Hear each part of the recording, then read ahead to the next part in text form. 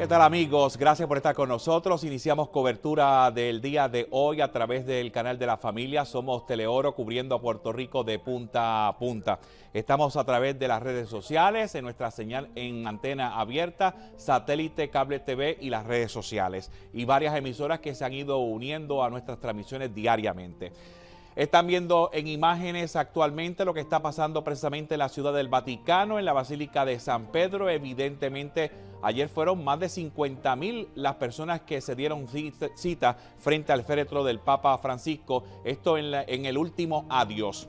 Iniciamos ahora, por supuesto, varias entrevistas que estaremos día a día tratando de desmenuzar un poco lo que está viviendo la Iglesia Católica. ¿Qué tal si nos conectamos con Monseñor Leonardo Rodríguez, que nos acompaña directamente? Hoy está en la parroquia, si no me equivoco, ¿verdad, padre?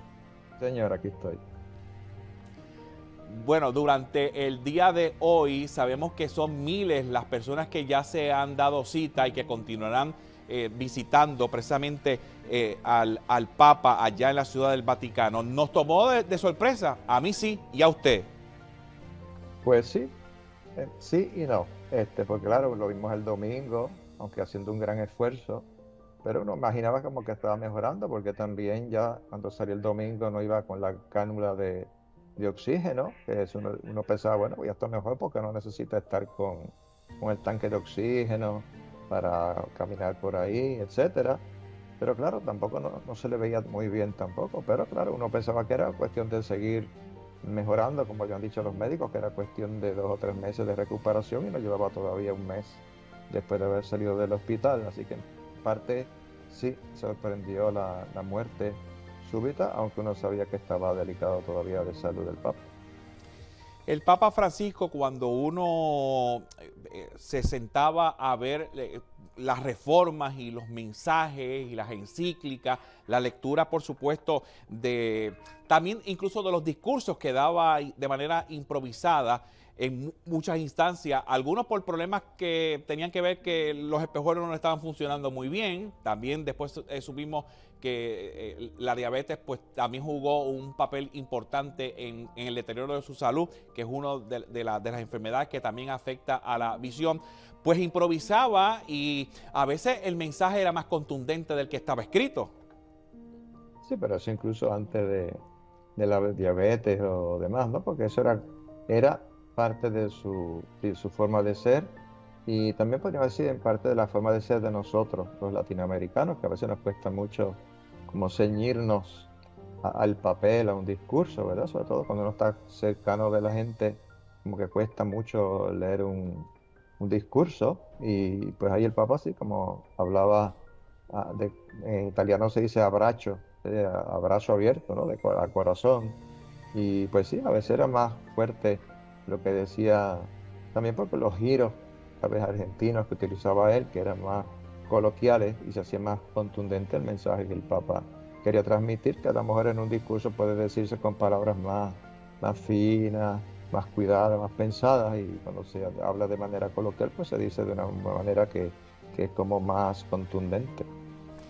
Cuando uno se pone a reflexionar precisamente sobre las expresiones del Papa Francisco, por ejemplo, las coberturas que hacíamos de la Jornada Mundial de la Juventud, era la manera que llegaba a los jóvenes, pero también cuando se encontraba con las personas de edad avanzada, los abuelitos, como le decía que era bien importante los abuelitos, las abuelitas con especial atención, porque eran las que le enseñaban la catequesis a los nietos, eran los que llevaban a los niños a la iglesia, los que le presentaban, por supuesto, ese camino hacia la iglesia. Entonces, cuando se habla del Papa Francisco, hay que reflexionar, pienso yo, sobre precisamente ese llamado que hacía el Papa Francisco, no solo a los abuelitos y a las abuelitas, sino también a los jóvenes. Hagan líos, vayan a las diócesis a hacer líos.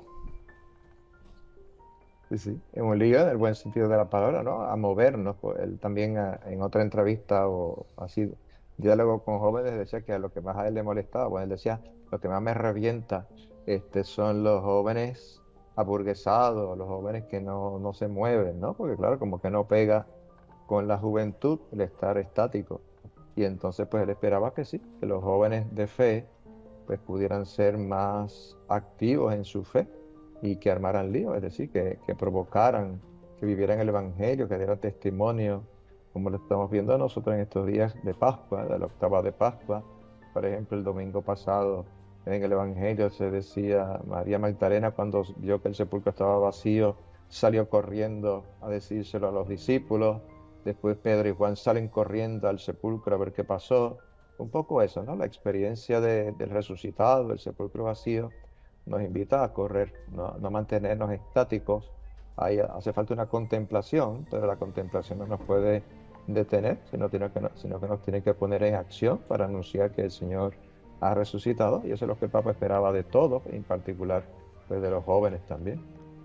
¿Qué nos deja el Papa Francisco? 12 años de pontificado, es el segundo Papa más longevo en cuanto a edad, el primero 93 años, Papa Francisco con 88. ¿Qué nos deja? ¿Qué podemos sacar de su pontificado? Bueno, creo que ya se ha dicho mucho por ahí, ¿verdad? Hay como, mencionaría yo 4 puntos, 4 pilares de su pontificado.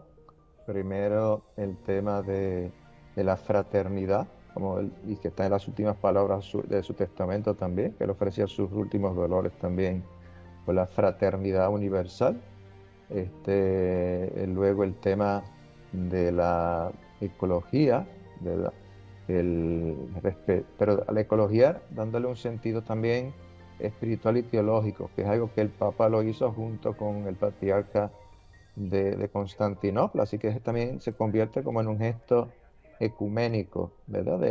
Porque muchas veces cuando se habla de la ecología, se habla desde un punto de vista meramente materialista o científico, que no es que sea malo, pero claro, le falta esa dimensión de fe, esa dimensión teológica que el Papa Francisco, junto con el patriarca de Constantinopla, han tratado de darle a esto para que no se convierta en una mera ideología, porque a veces vemos, por ejemplo, personas que defienden la ecología y defienden el derecho, entre comillas, de los animales o de los árboles, de los océanos, pero esas mismas personas están a favor, por ejemplo, de destruir el embrión humano. Entonces, como uno dice, ¿cómo es posible que defendamos los huevos de un tinglar o las tortugas marinas o las especies en peligro de extinción y no respetemos al bebé que está en el vientre de una madre, ¿verdad? Entonces, esa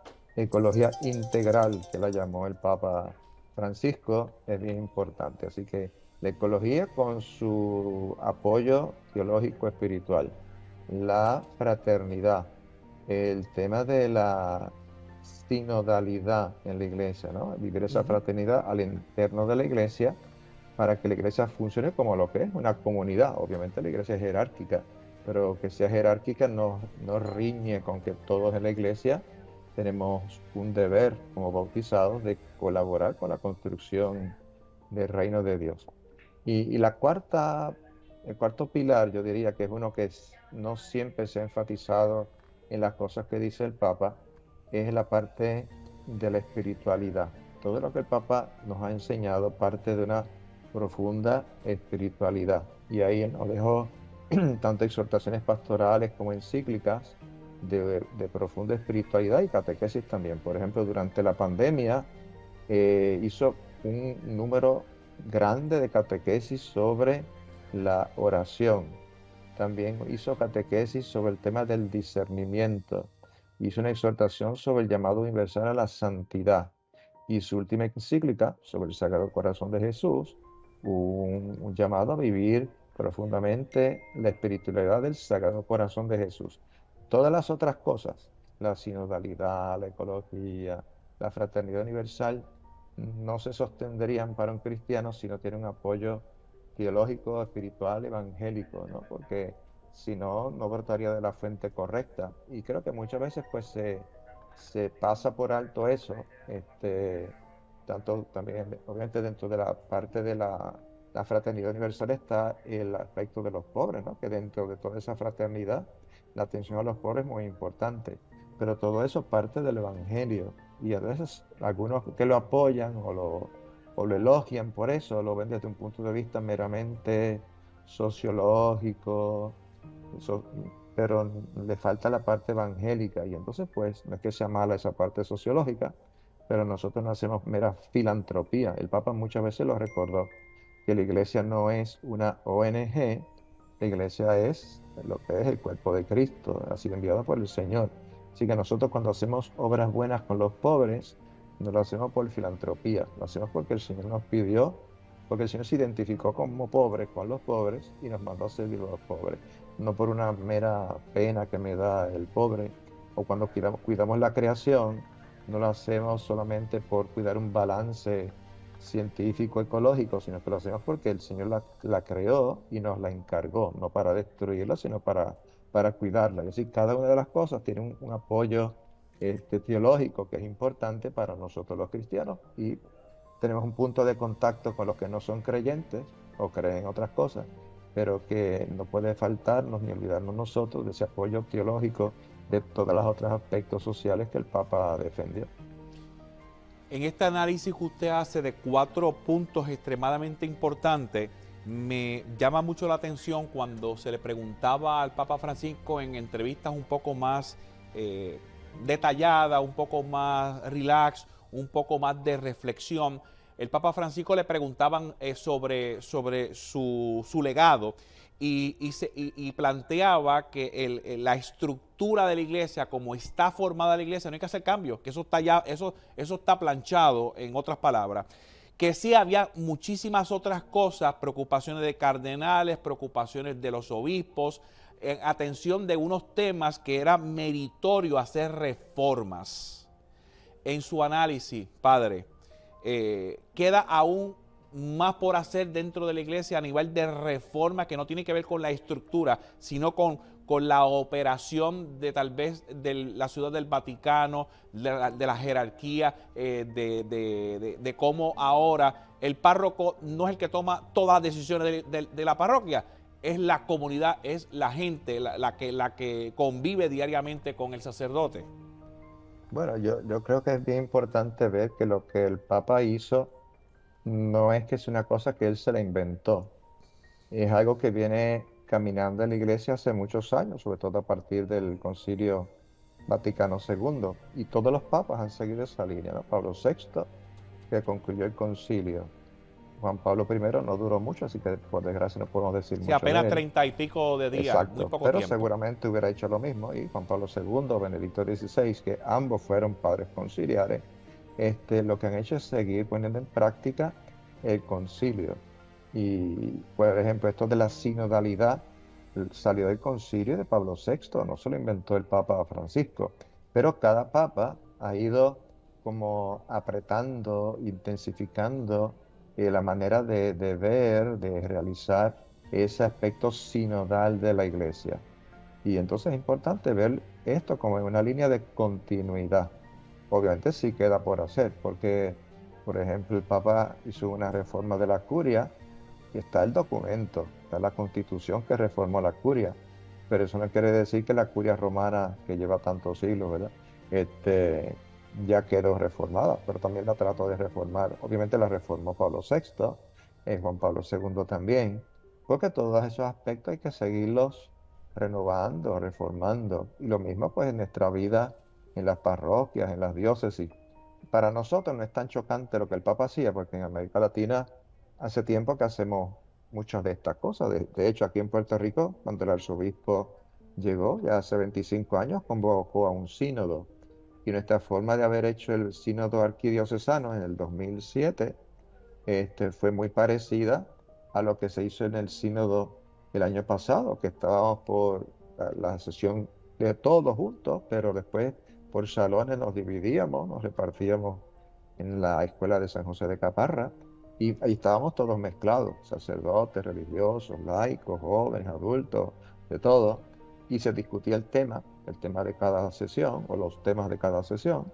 Y entre todos pues se llegaba a un consenso, se dialogaba, etcétera, y después eso pasaba a la Secretaría General del Sínodo hasta que lo concluimos y salió un documento que era fruto de todo. Obviamente la aprobación final corresponde al arzobispo, porque es el pastor de la diócesis, o en la parroquia el párroco, pero todo tiene que ser fruto también de un diálogo, un trabajo en común. En el caso de las parroquias, el Consejo Pastoral Parroquial, el Consejo Económico, en el Vaticano, pues todos los dicasterios de la curia, y en las diócesis, pues igualmente todas las instituciones que forman las labores pastorales, económicas, administrativas de una diócesis.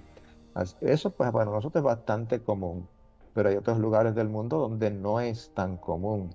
Y, por ejemplo, para el sínodo he escuchado de aportaciones, por ejemplo, de África, algún país de África que decía, nosotros nunca nos habían consultado.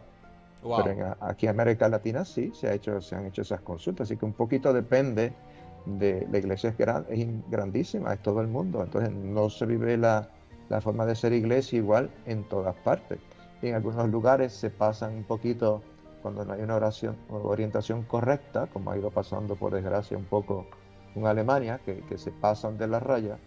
En otros lugares como que no se mueven, y en otros lugares más o menos estamos ahí en el equilibrio, en el in-between de saber respetar lo que es la jerarquía, pero que eso no nos inhibe a nosotros, a todos los bautizados, de hacer su aportación y asumir nuestra responsabilidad de bautizados, no importa que sea un clérigo o un laico o un religioso, todos tenemos que aportar y asumir nuestra responsabilidad. Pero sí, falta por hacer porque hay un refrán en latín que dice que Ecclesia semper reformanda. La iglesia siempre está en reforma porque no somos perfectos y la meta siempre es Jesús y lo que Jesús quiere para la iglesia. Entonces, ¿cómo logramos esa meta? Bueno, eso es algo constante, eso no es algo que se logra en ningún concilio.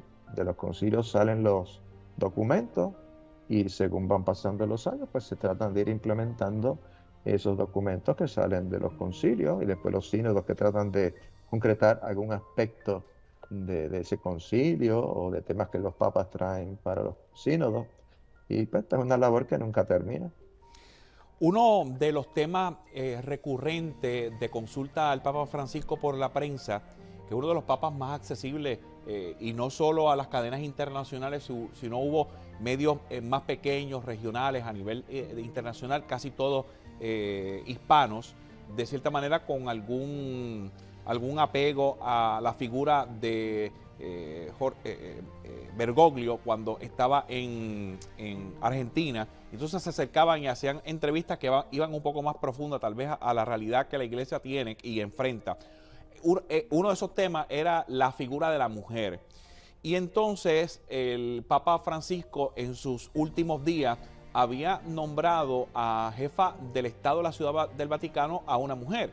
También en la figura del Banco del Vaticano a una mujer. Y se le preguntaba sobre más posibilidades de apertura a la figura femenina y dijo que lo próximo era tener a una mujer prefecto. Sí, y ya eso lo cumplió. De hecho, está la prefecto o la prefecta del dicasterio para la vida consagrada, que es una religiosa, y el Sí, segundo es un cardenal. Así que eso lo hizo también. claro. Y entonces, cómo incluso es en esa posición, esta religiosa tuvo que tomar también uno de los pasos relacionados a una orden que el Papa Francisco pidió que se clausurara, que no, que había una decisión que faltaba carisma fundacional, decía en el informe. Sí, sí. Entonces, por eso, en las cosas que no se requiere lo que llamamos potestad de orden, estar ordenado, pues cualquier bautizado puede intervenir. Pero una vez más, como decía ahorita, a nosotros eso no nos llama tanto la atención. Porque aquí, por ejemplo, en la arquidiócesis, la canciller de la arquidiócesis hace muchos años, es una mujer. La encargada de los asuntos económicos de la arquidiócesis es una mujer, es la delegada del arzobispo. Este, por años más también, como 40 años, casi todas las coordinadoras de catequesis han sido mujeres, excepto tal vez un diácono alguna vez, pero por más de 40 años han sido mujeres religiosas o laicas, las que han coordinado la catequesis, y la catequesis es muy importante. Como se dice muchas veces también, aquí lo importante no es pues que yo soy sacerdote, yo soy mejor, no. La catequesis, la evangelización es muy importante y a la cabeza de la evangelización en la arquidiócesis la han llevado por muchos años las, las coordinadoras de catequesis que son mujeres y la catequesis es fundamental para la iglesia, porque como decía Papa Pablo VI, en Exhortación Evangelii Nunciandi, la iglesia existe para evangelizar. Y entonces eso por muchos años se le ha entregado a las mujeres. Y en la vida cotidiana, pues también nuestras mamás, las abuelas, como decían ahorita, que evangelizan a sus hijos, a sus nietos. Eso tal vez no es un cargo así de renombre, pero es que no importa la etiqueta o el renombre, lo que importa es lo que se hace. Y si las mujeres, las madres, las abuelas, los padres también obviamente tienen que hacerlo, pierden ese enfoque de que son las primeras evangelizadoras, porque la madre es insustituible. El ejemplo y la enseñanza de una madre no la puede sustituir nadie. Y entonces eso, pues, no es que me tienen que dar una misión especial del obispo para evangelizar a mis hijos, sino que es parte de mi compromiso como madre. Así que es bien importante eso y ya pues el Papa ha dado esos pasos que yo imagino pues que el próximo Papa pueda seguirlo y si no, pues como querían otras diócesis ya se hacía, ¿verdad? Y esto no conflige en nada con lo que es la iglesia y su jerarquía y todo porque va en sintonía con lo que es los deberes de todos los bautizados. Finalmente, otro de los temas también que heredó el Papa Francisco en su pontificado es el caso de los abusos sexuales a nivel internacional. No es una sola región, no solamente es en Estados Unidos, no es solamente en Latinoamérica, sino en Europa y en todo el planeta. Ese es un tema que todavía hay que trabajar por parte del próximo pontífice. Bueno, algo que no se debe perder, bajar la guardia, ¿no? Porque nosotros vemos que vivimos en un medio, la iglesia es hija de institución divina, pero la iglesia somos seres humanos. Y entonces vivimos en la sociedad en que vivimos y somos frutos de la sociedad en que vivimos. No todo el mundo es igual, pero nosotros vemos que aquí en Occidente, lo que nos toca a nosotros, pues vemos una sociedad muy enferma. Y aquí en particular en Puerto Rico, por no irnos muy lejos, ¿verdad? Una sociedad donde hay mucha enfermedad mental, resquebrajamiento de la familia, etcétera. Y algunas o muchas de esas situaciones de abusos de menores o abusos contra la mujer es fruto de una familia que está herida, es fruto de salud, de enfermedades mentales. Y por lo tanto, pues no se puede bajar la guardia en eso, porque en cuanto surjan casos de abuso de cualquier tipo en la iglesia o fuera de la iglesia, pues hay que atajarlo. Pero antes de atajarlo, mejor es la medicina preventiva, ¿no? Cómo enseñar, cómo educar, cómo catequizar a todos para que respeten la dignidad de cada ser humano. Y eso, de hecho, uno de los documentos recientes del Dicasterio para la Doctrina de la Fe fue Dignitas Infinita, la infinita dignidad. Y ahí trataba todos esos temas de los ataques contra la dignidad de la persona, incluía también estos, obviamente. Así que ya desde el Papa Benedicto esto se empezó a tocar.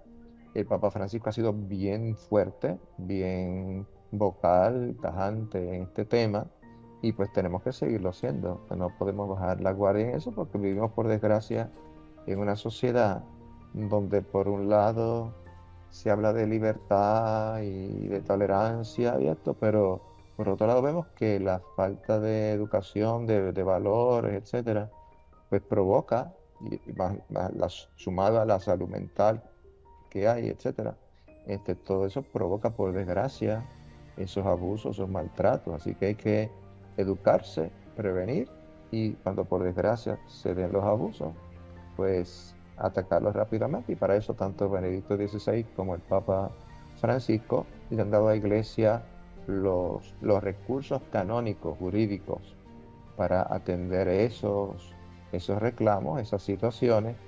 Y cada diócesis, cada país, cada iglesia en cada país tiene ya su protocolo para bregar con estos casos y hay que seguirlo cuidando, ¿no? Para que no haya víctimas de esto en la iglesia. Y en ese sentido, muchas veces se ataca a la iglesia o se habla mal de la iglesia. Yo creo que si hacemos un sondeo de todas las instituciones que hay, la iglesia, que de hecho, a pesar de lo que sale en la prensa muchas veces, el porciento de esos abusos en la iglesia es mucho menor que en otros, pero salimos en la prensa más que otros.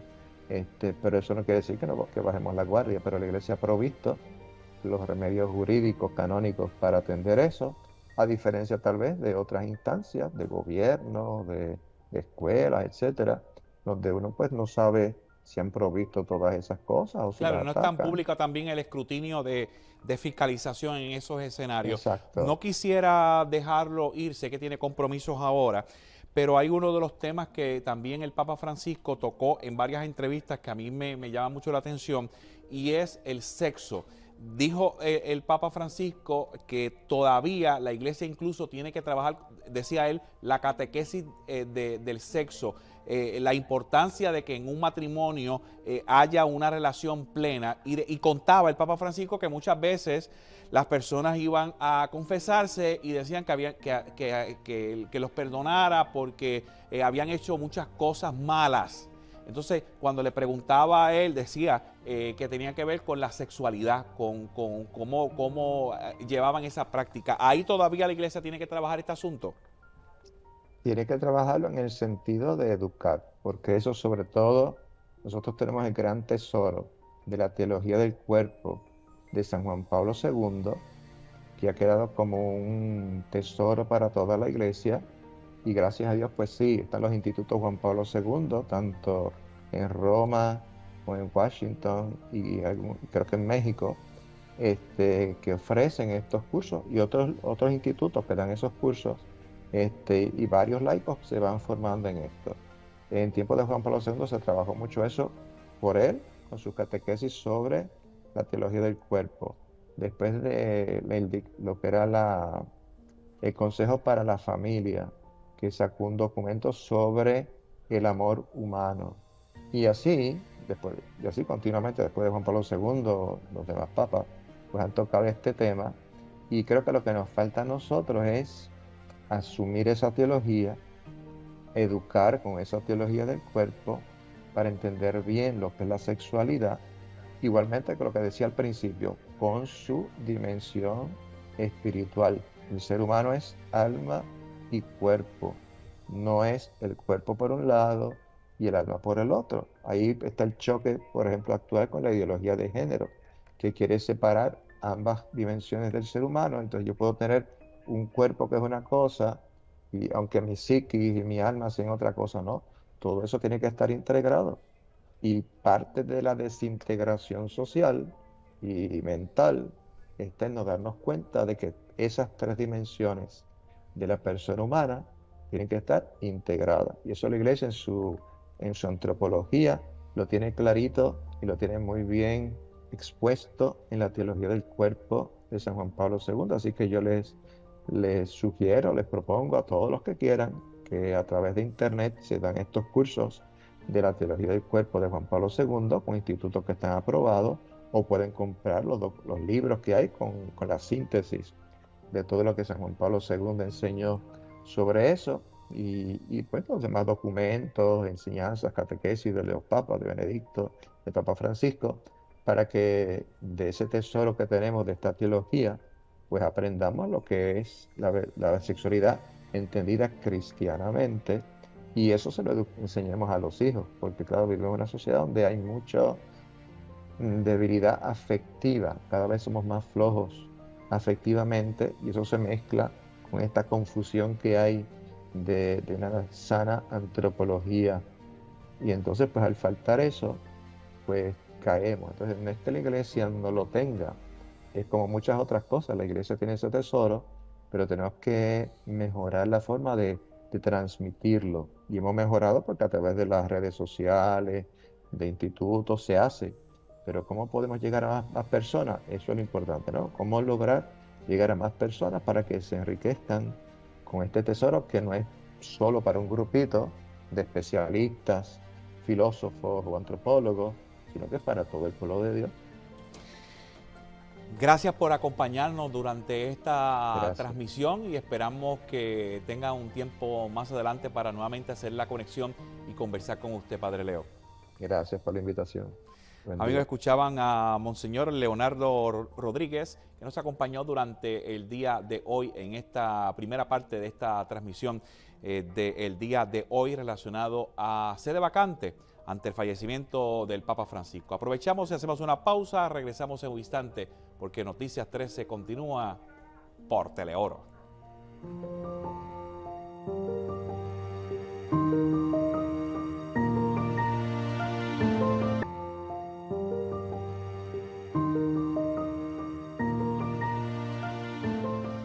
Amigos, gracias por continuar con nosotros aquí en esta cobertura especial de Teleoro, cubriendo a Puerto Rico de punta a punta ante el fallecimiento del Papa Francisco este lunes a las 7:35 de la mañana a sus 88 años de edad. El sumo pontífice, numéricamente, para ponerlo en contexto, produjo 4 encíclicas, tuvo 47 viajes, visitó 65 países, realizó 900 canonizaciones, impartió 545 homilías, creó 163 cardenales, participó activamente en 39 constituciones apostólicas, hizo 7 exhortaciones apostólicas, escribió 99 cartas apostólicas, 75 motu proprio, participó o activó 10 consistorios, 26 mensajes urbi et orbi, y ofreció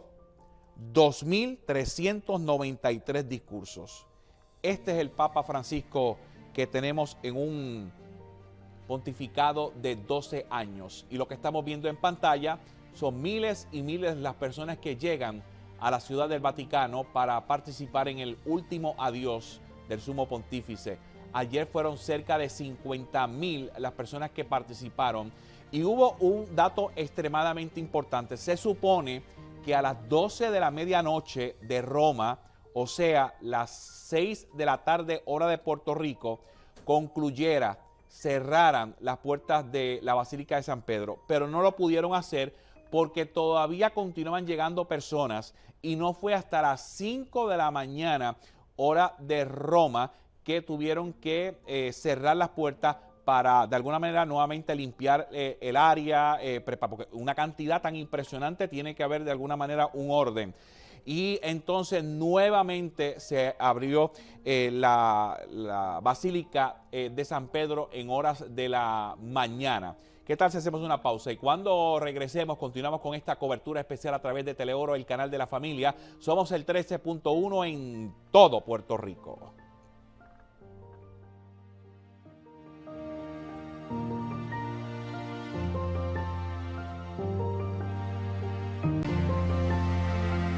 Gracias por continuar con nosotros en esta cobertura especial de Teleoro, el canal de la familia. Recuerde que nos pueden buscar en las redes sociales, en la página de internet canal13pr.tv y en los distintos sistemas de cable y satélite, además de antena en el 13.1 en toda la isla.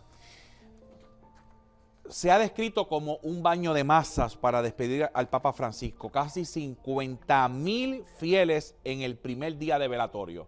Veamos el informe. Estas son las imágenes de la Plaza de San Pedro a las 10:30 de la noche en el primer día de velatorio público del Papa. Tras reabrir uno de los accesos, miles de fieles corrían hacia las filas para entrar en la basílica. De hecho, el horario inicial que estableció el Vaticano era hasta medianoche y debido a la gran afluencia de peregrinos se tuvo que alargar hasta las 5:30 de la mañana. En total, los que consiguieron entrar durante toda la jornada fueron casi unos 50.000 peregrinos. De hecho, solo en las primeras 8 horas ya entraron unos 20.000. También para este evento de índole mundial se han acreditado unos 4.000 periodistas de todo el mundo, incluidos reporteros, fotógrafos o cámaras. Y en cuanto a la seguridad, el dispositivo que se está aplicando incluye varios puntos con controles masivos antes de entrar a la plaza, además de un despliegue policial que implica casi todos los cuerpos policiales italianos. Ya ustedes vieron casi 50.000 ayer y en el día de hoy va por el mismo escenario. Una cantidad impresionante de personas que continuamente están haciendo una gran fila en la Plaza de San Pedro, desde la entrada de Roma hasta la plaza.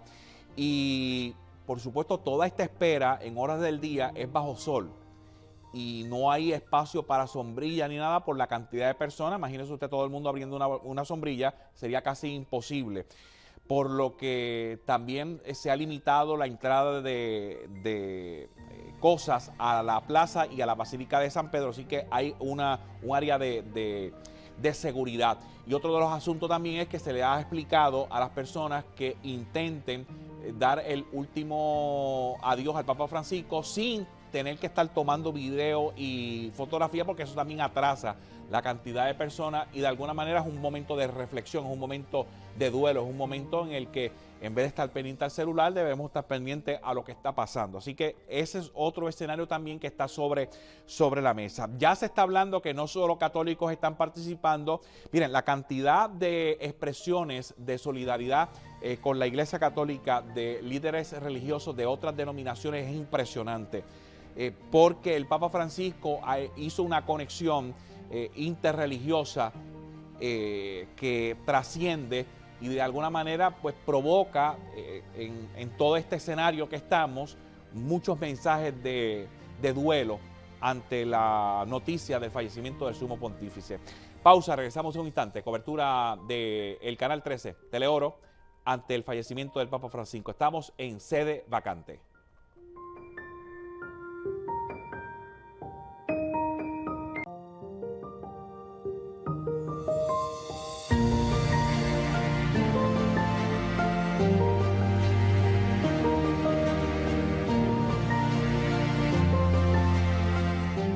Gracias por continuar con nosotros en Noticias 13 en esta cobertura especial a través de Teleoro, y estamos en distintas plataformas, en las redes sociales, en la internet, específicamente en nuestra página canal13pr.tv. También estamos en varias emisoras de radio que se han unido a esta transmisión y por supuesto en el 13.1 en antena y en cable y satélite en el 13. Les presento a continuación la monja que lloró desconsolada entre cardenales al ver el féretro del Papa Francisco. Se trataba de una amiga. Él era el Papa de los últimos, ella, la monja que los acogía. Sencilla y discreta, Sor Geneviève, de 81 años, vivió durante muchos años en una caravana de circo a unos 30 kilómetros del centro de Roma. Desde 2022, cada miércoles, iba a las audiencias generales. Llevaba a grupos de migrantes y personas transexuales a conocer al pontífice. Una vez, Francisco le correspondió el gesto. El pasado verano fue a verla al lugar donde hace su pastoral, ni más ni menos que un parque de atracciones. 9 meses después, esta es la imagen. Cuando llevaron el cuerpo de Francisco a la basílica, colándose entre cardenales y guardias suizos, allí estaba ella. Con el perfil bajo que la caracteriza, se puso en una esquina, mochila al hombro y vestida con el hábito azul de su orden, no pudo evitar las lágrimas. 7 largos minutos rezando delante del féretro de Francisco. Ella no solo rezaba ante el Papa, Sor Geneviève estaba dando el último adiós a su gran amigo.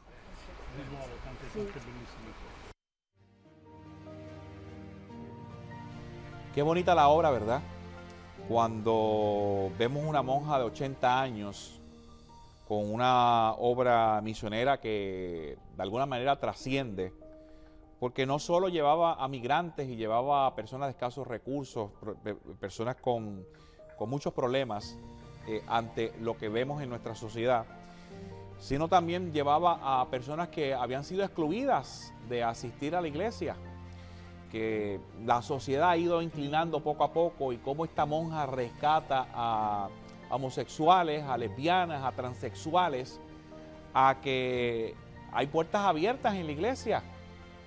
Al igual que en la iglesia van fornicarios, van personas que roban, personas que matan, personas que están en adulterio, personas que hablan más del amigo, del vecino, del papá, de la mamá, del sacerdote, y pues toda esa gente va a la iglesia.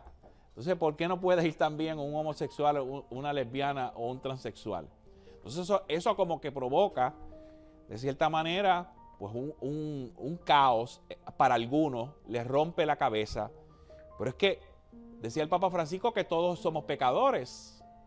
Hay un cuento que dice que en el Viernes Santo alguien le llevó al Papa Francisco una comida que tenía que ver con carne, con jamón. Entonces le preguntan al Papa Francisco si es cierto que él se comió un pedazo de jamón en Viernes Santo, que eso era pecado. Y el Papa Francisco le dijo, sí, me comí uno y todos aquí somos pecadores. Hacemos una pausa, regresamos ya.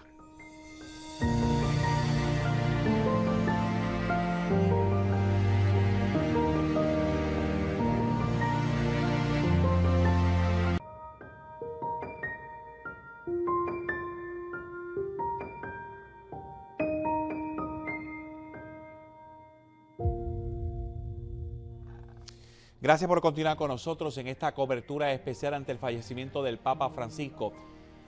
El obispo de Roma, el jefe de Estado de la Ciudad del Vaticano, el país más pequeño del mundo.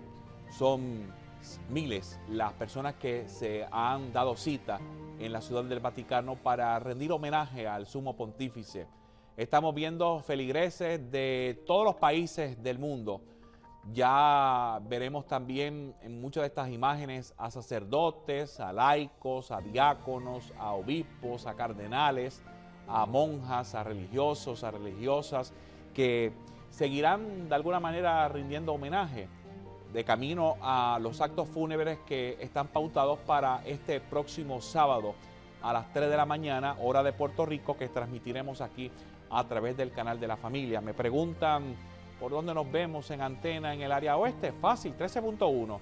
Si no ha tenido la oportunidad de vernos, reescanee su televisor, que estamos en el 13.1 en toda la costa oeste de Puerto Rico.